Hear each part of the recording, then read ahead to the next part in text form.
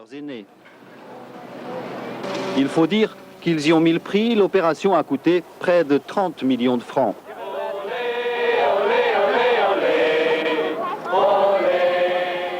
De plus en plus beau, de plus en plus chaud. Michel Touré, la météo s'annonce radieuse. Oui, grand soleil surtout. Ouais. Le calme des bois a donc été fortement perturbé, à croire que beaucoup de monde cherche ses racines.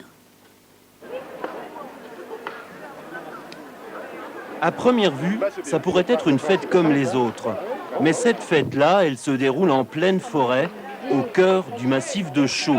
Des pages d'histoire locale au détour des sentiers, une initiative de l'association Village et Forêt de Chaux. Si on pouvait résumer en quelques mots le but de notre association Village Forêt de Chaux, c'est de donner une identité à tous ces gens-là.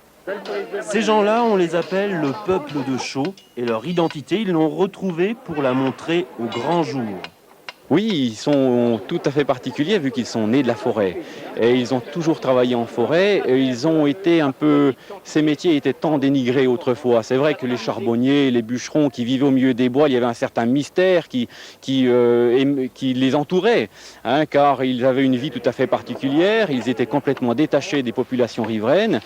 Et c'est vrai que ce sont des gens quand même un petit peu spéciaux, c'est vrai. Bon, maintenant, ils ont un contact très étroit avec le public. D'ailleurs, aujourd'hui, on en a la meilleure preuve.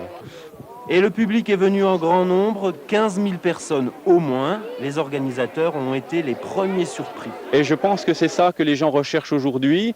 Ils recherchent leurs racines, et les racines, ils les trouvent aujourd'hui ici, mêlées en fin de compte à ces fameuses racines de chêne qui nous entourent. Restons justement dans cette forêt de Chaux avec l'écrivain André Besson. Dans son livre « Une fille de la forêt », il parle de sa grand-mère, Céline. Il raconte comment vivaient au siècle dernier tous ceux qui justement travaillaient dans cette forêt de Chaux. Pourquoi finalement les gens vivaient au cœur des forêts? Tout simplement parce que jusqu'au siècle dernier, les moyens de locomotion étaient très difficiles et que s'il avait fallu qu'ils se déplacent sur les coupes le matin, ils auraient perdu du temps, eu beaucoup de fatigue.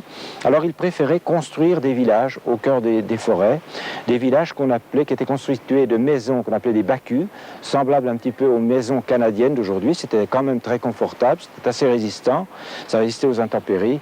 Et ils vivaient là. Ils vivaient bien sûr sur eux-mêmes, hein, ils vivaient aussi sur la forêt. Alors ils amenaient leurs bœufs, puisqu'ils débardaient le bois des forêts. Ils avaient des chèvres, ils avaient quelquefois des moutons, ils avaient aussi des chiens. Alors ça posait des problèmes avec bien sûr les gardes forestiers de l'époque, parce que les chiens divaguaient. Et puis il faut le dire aussi, mes ancêtres, comme tous les bûcherons charbonniers, étaient plus ou moins braconniers. D'un écrivain à l'autre, souvenez-vous de La chasse au dorifort, le best-seller régional de Raymond Villemin. Il vient de publier un nouvel ouvrage.